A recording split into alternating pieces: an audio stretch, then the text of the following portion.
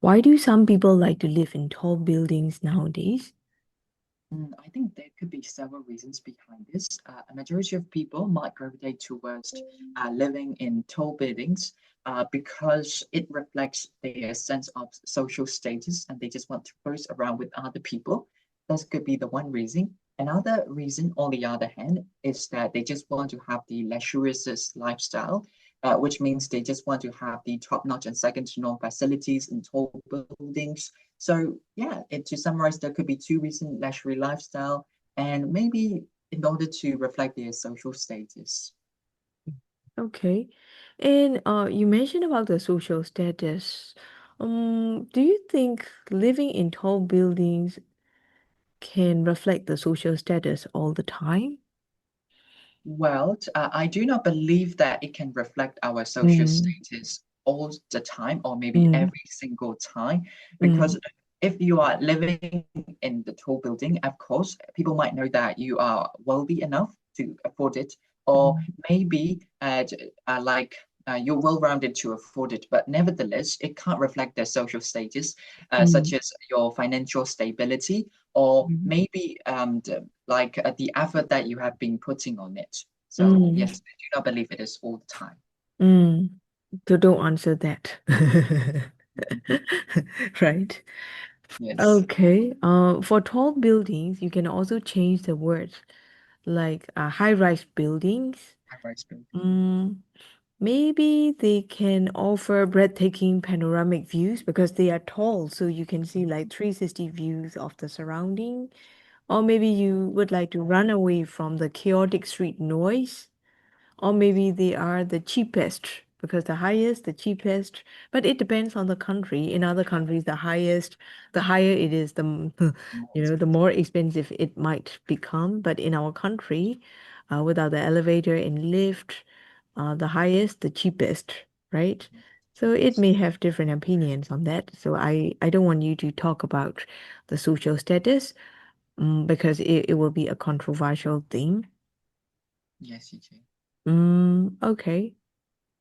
So I would just say high-rise buildings offer the view and also uh we can escape escape from the chaotic street noise.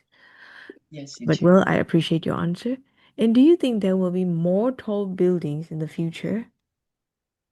Well, as far as I could see, there could be more high-rise buildings in the long term because a lot of construction sites has been focusing on those tall buildings due to their business and growth, or maybe people request to do it because a lot of offices wants to take place, especially on high-rise buildings, so that they could build their business there. And another thing is that the people wants to live in mostly on tall buildings because it is the only place where they could get money, most of the money from it. So yes, I think it could become more well-known and popular in the future. Mm. It is also one of the writing questions. So for more tall buildings, I would say yes, because of the acceleration of global urbanization and the scarcity of the land area. Right. So we can see more tall buildings in the future. It will be like inevitable thing, I guess.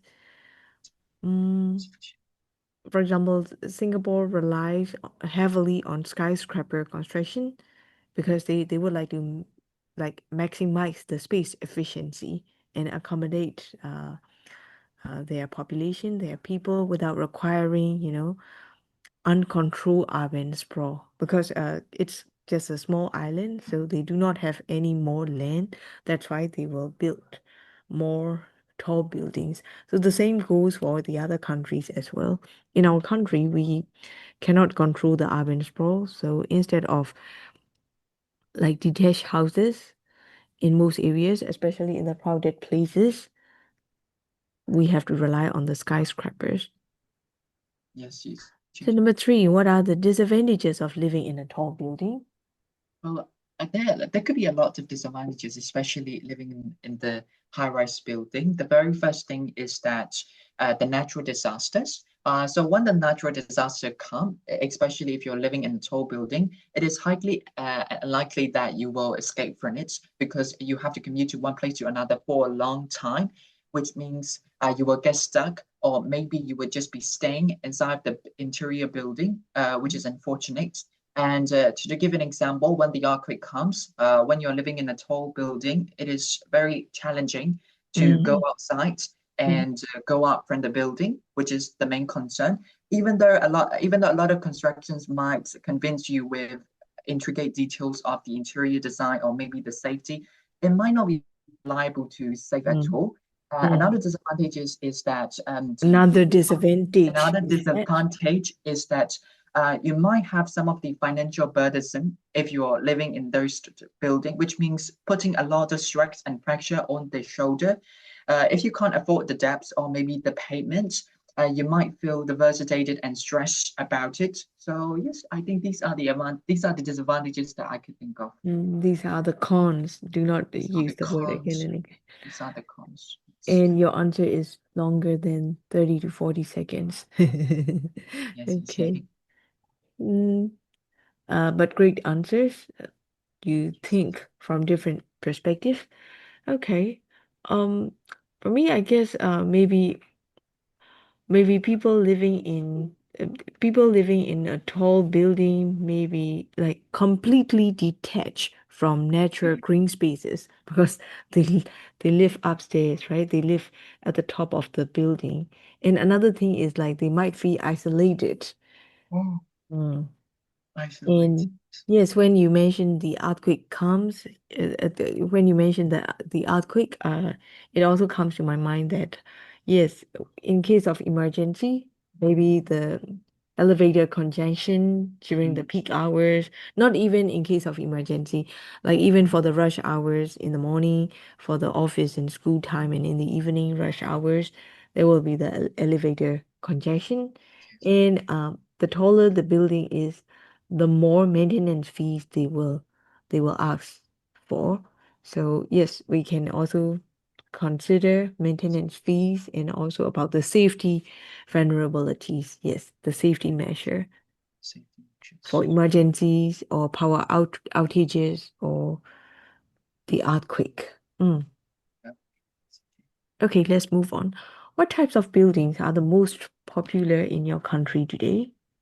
Well, it is the question that I have never thought of, but if I have to try this question, I think like a lot of buildings are quite popular in my country, especially like large buildings that we can see in Times City, which are mainly used for office and language school. I think those type of buildings are of paramount importance to some of the people because it offers you a spacious building where students or maybe workers can interact to each other, and another thing is that raising their money in it or while Mhm. expanding their business as well, so that people get the impression of luxurious lifestyle, so that they want to rely on that building or maybe they want to trust in one's organizations. So I Mm. think those type of large buildings are quite popular in my country.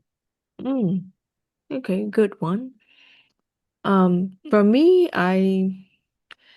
maybe it depends on where I live. I Yes, found I like condominiums. condominiums. Mm, I found condominiums like uh, sorry, I mean I can see condos everywhere, like the luxury condos, not so-called condos, like luxury condos, luxury high-rise condos, and like especially for the commercial hubs, like downstairs are the shops and upstairs are luxury condos, like shops and restaurants and upstairs are luxury condos. I think they will surge in popularity among affluent means rich, affluent buyers and investors looking for the great locations. Yes, On the other hand, government also nowadays they don't do that much, but they used to provide the housing for the middle income and low income families to strike a balance between, affordability and community living, like Pyae, right? Um, but even though this is the condo, they are so-called condos, and the price range is not that high, and they are like government subsidies condos, like that. So there are two types of condos, one for the affluent and the other for the normal, or like a little bit mid-range population, I guess. Okay, thank you for your answers.